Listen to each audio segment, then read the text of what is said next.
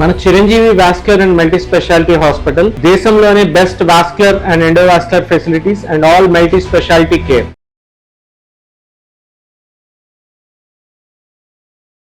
Hi hello నమస్తే, this is Suvarna.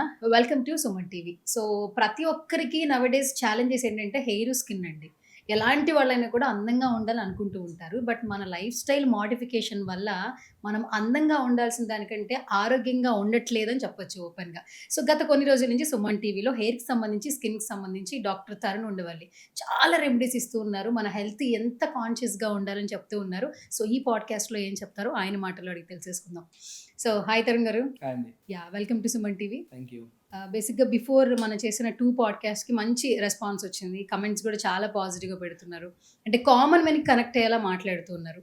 Every వన్కి skin important, not a celebrity. ప్రతి ఒక్క పర్సన్ అందంగా ఉండాలి అని అనుకుంటూ ఉంటాం. బట్ మార్కెట్లో చాలా వీడియోస్ చూస్తున్నప్పుడు నిజంగా ఇలా జరుగుతాయని అనిపిస్తుంది. రీసెంట్గా నేను ఒకటి చూసా, గ్లూటాథయాన్ ఇంజెక్షన్స్. సో ఇవి ఫేస్కి తీసుకోవడం వల్ల ఫుల్ బ్రైట్గా ఉంటారు. సమంత గారు, నయనతార గారు, కాజల్ గారు వీళ్ళందరి స్కిన్స్ అలాగే అవుతున్నాయి గ్లూటాథయాన్ ఇంజెక్షన్స్ తీసుకోవడం వల్ల అని చెప్తూ ఉన్నారు.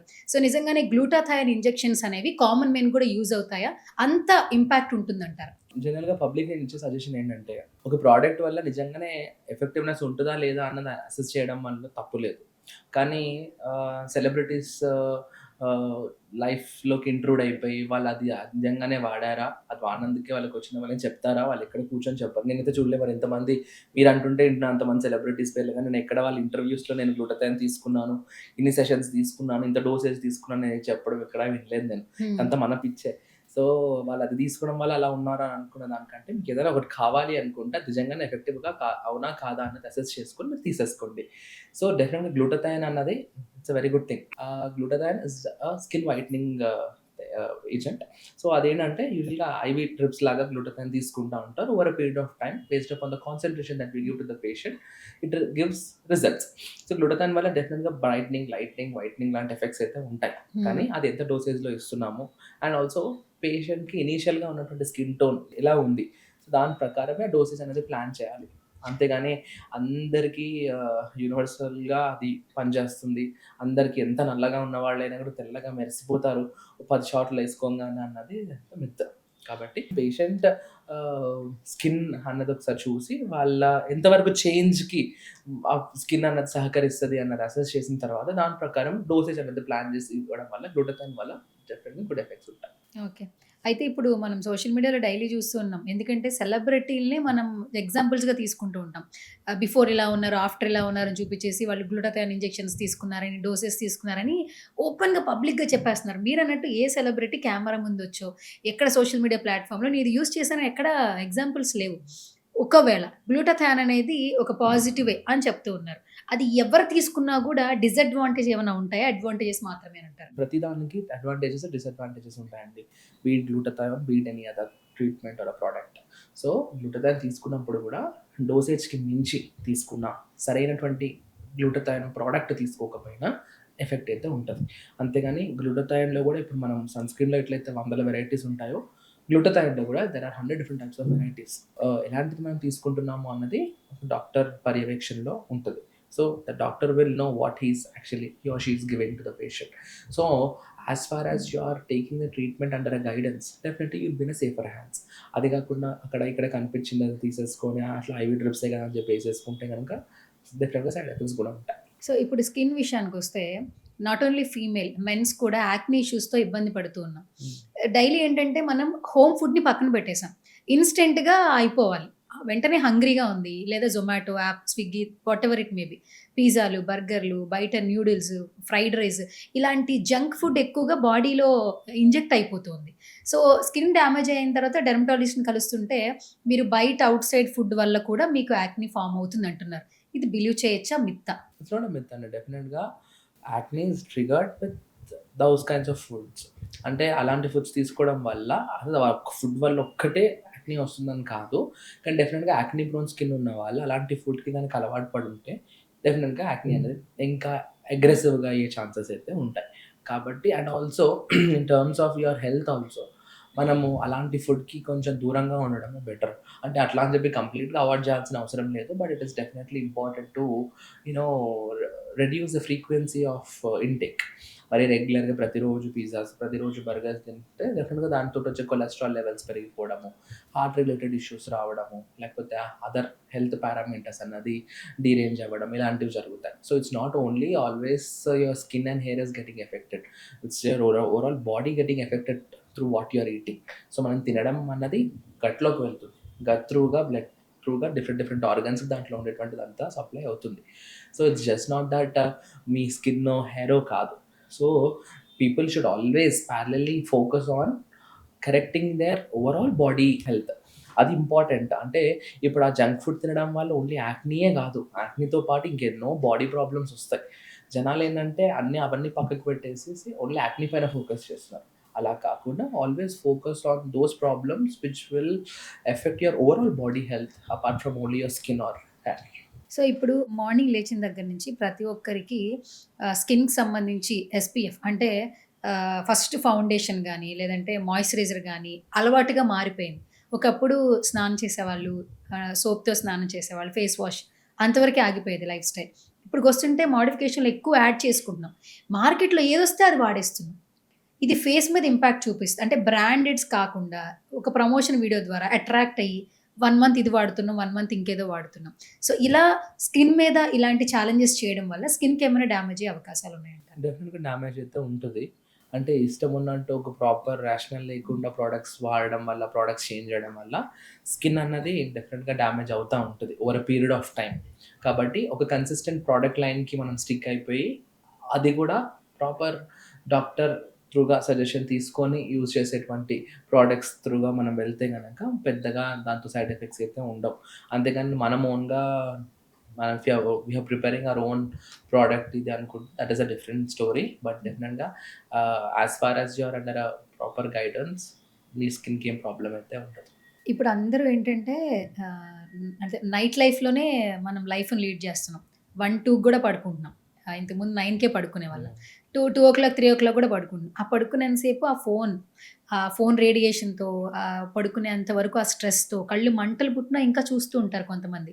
అది అలవాటుగా మారిపోయిందంటున్నారు. ఒకప్పుడు సినిమా చూసి హ్యాపీగా మాట్లాడుకొని పడుకునేవాళ్ళు. ఇప్పుడు ఫోన్‌తోనే లాస్ట్ మన నెక్స్ట్ మినిట్ ఎండ్ అవుతుంది యాక్చువల్లీ. ఫోన్ రేడియేషన్స్ అనేది స్కిన్‌కి ఎంత ఇంపాక్ట్ చూపిస్తాయి? డైరెక్ట్‌గా స్కిన్‌కి పక్కకు పెడితే గనక first of all they start affecting your eyes. So eye sight అన్నది మెల్లగా ఎఫెక్ట్ అవుతుంది. ఎందుకంటే డార్క్‌నెస్ చాలామంది ఏంటంటే పడుకునే ముందు చూస్తూ ఉంటారు కాబట్టి, ఇన్‌స్టాగ్రామ్ రీల్స్ అవి స్క్రోల్ చేస్తుంటారు కాబట్టి లైట్స్ ఆఫ్ ఉంటాయి. బెడ్‌రూమ్‌లో ఉంటారు కాబట్టి they just keep on scrolling. So దాంతోటి ఏమంటే మెయిన్‌గా ఐస్ అన్నది ఎఫెక్ట్ అవుతా ఉంటాయి.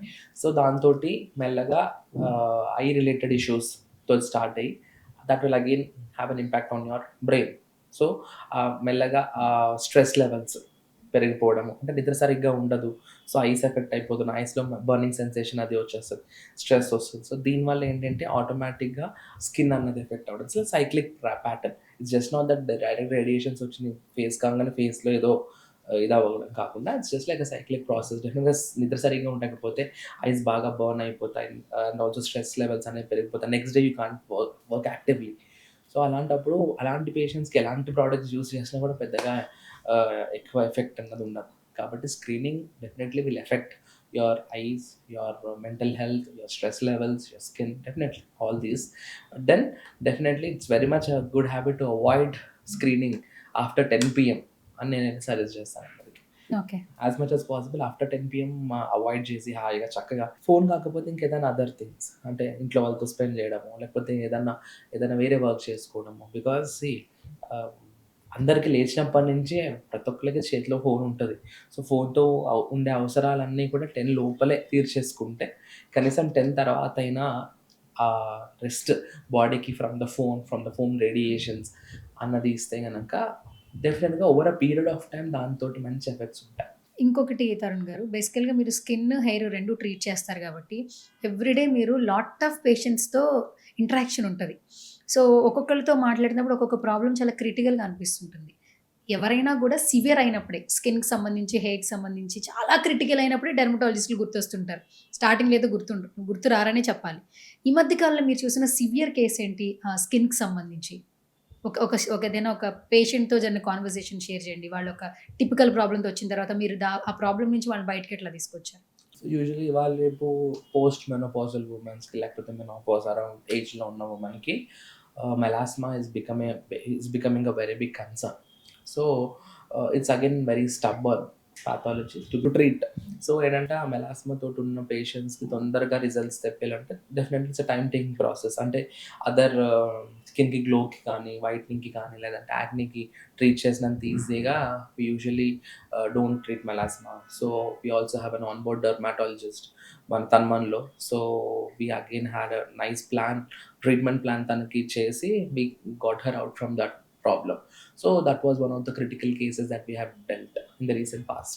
హెయిర్ గురించి కూడా చాలా టిప్స్ ఇస్తూ ఉంటారు. మీరు పాస్ట్ వీడియోలో కూడా చెప్పారు. నీకు ఆకలేస్తే నువ్వు ఫుడ్ ఎలా తింటావో హెయిర్‌కి కూడా అట్లా హెల్తీ ఫుడ్ అనేది ఇంటేక్ ఉండాలి. సో మన ఏజ్ పెరిగే కొద్దీ కూడా చాలా స్ట్రెస్‌తో ఉంటాం కాబట్టి డైలీ ఎంతో కొంత హెయిర్ లాస్ అవుతుందని అన్నారు. ఇప్పుడు హెయిర్ లాస్ పక్కన పెడితే ఎర్లీ ఏజ్‌లోనే వైట్ హెయిర్ వచ్చేస్తుంది. ప్రతి ఒక్కరు డై యూజ్ చేస్తున్నారు. డై యూజ్ చేయడం వల్ల కూడా హెయిర్ లాస్ అవుతుంది. ప్రతి ఒక్కళ్ళు బ్రాండెడ్ సెలూన్స్‌కి వెళ్ళి హెయిర్ డై ఏయించుకోలేరు. రూ. 10 ప్యాకెట్, రూ. 15 ప్యాకెట్స్ కూడా ఇంట్లో వాడేస్తూ ఉంటారు. అప్పుడు ఆ పని అయిపోయింది అనుకుంటాం. కానీ తర్వాత ఈ ఎఫెక్ట్ హెయిర్ మీద ఉంటుందని అంటుంటారు. నిజంగానే హెయిర్ డై వల్ల జుట్టుకి ఏమైనా సమస్యలు వచ్చే సిట్యుయేషన్ ఉందంటారా? ఉంటుందండి డెఫినెట్గా. Hair dye whatever we are using దాని quality will determine the progress తర్వాత. అంటే హెయిర్ డైలో ఉండేటువంటి కెమికల్స్ హెయిర్ ఫాల్కి కొన్నిసార్లు రీజన్గా మారుతాయి. So selecting a proper hair dye is again very important. Usually it's better to use organic hair dyes, and also dyeing your hair when you have very less gray hair. అంటే కొంతమంది ఏంటంటే 1-2 hair అంటే కొన్ని very few strands of hair తెల్లగా అయిపోగానే they start the hair dyeing practices. So అలా కాకుండా based upon like how severe the graying is అన్న దాన్ని బట్టి use a good quality hair dye and then definitely మనకు దాంతో వచ్చే ఎఫెక్ట్స్ అనేవి తగ్గుతాయి. బట్ అదర్వైజ్ హెయిర్ డై అనేది సరిగ్గా లేకపోతే హెయిర్ ప్రాబ్లమ్స్ రావడం అనేది ఉంటుంది.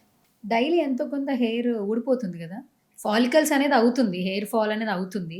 బట్ మనకి ఎక్కువగా కనిపిస్తున్నప్పుడు ఇట్లా పట్టుకుంటే ఊడిపోతుంది అన్నప్పుడే మనం రియలైజ్ అవుతుంటాం. బేసికల్‌గా డైలీ హెయిర్ ఫాల్ అనేది అవుతూ ఉంటుంది. దానివల్ల అది ఇబ్బంది పడే అవసరం లేదంటారా నిజంగా? అంటే ఇన్ జనరల్‌గా మామూలుగా ఓవరాల్‌గా బాడీలో కొంత హెయిర్ అనేది లాస్ అవుతా ఉంటది. That's again a biological process.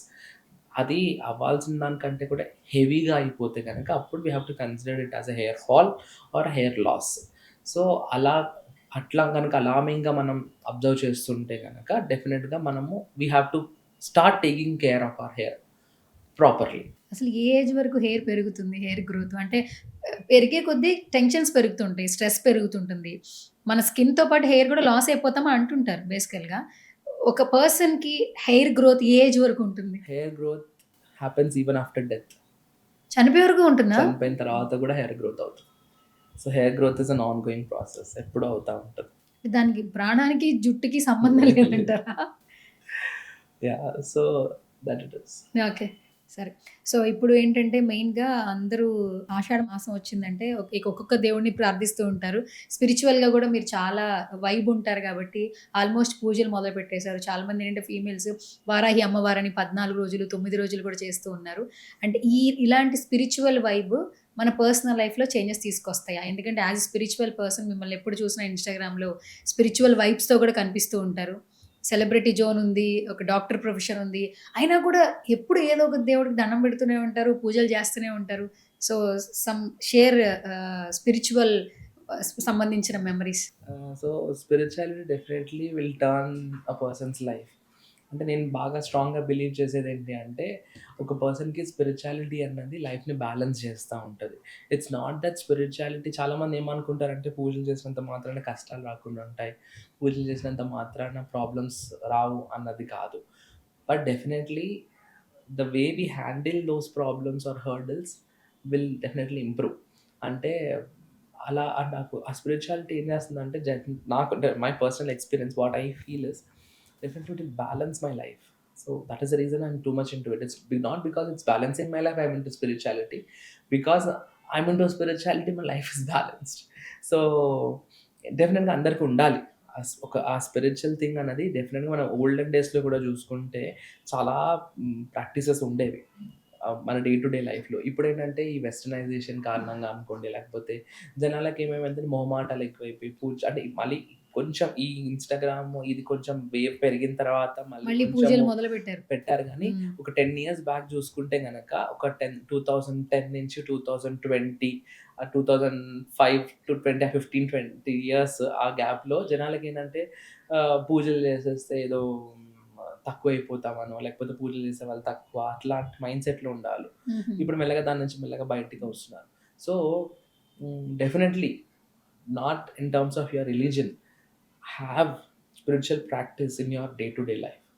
Whatever religion you are into, that doesn't matter, because that will soothe your mind, it will make you a better person, it will definitely change the way you respond to your surroundings. ఒక spiritual person ఒక దానికి react అయ్యేది, respond అయ్యేది, ఒకరితో మాట్లాడేది, వాళ్ళు ఇచ్చేటువంటి vibe అనుకోండి, ఆరా అనుకోండి, డెఫినెట్గా డిఫరెంట్గా ఉంటుంది. ఎందుకంటే డెఫినెట్గా ఆ ప్రాక్టీస్ వల్ల మనలో ఉండేటువంటి ఆ ఎనర్జీ will definitely elevate.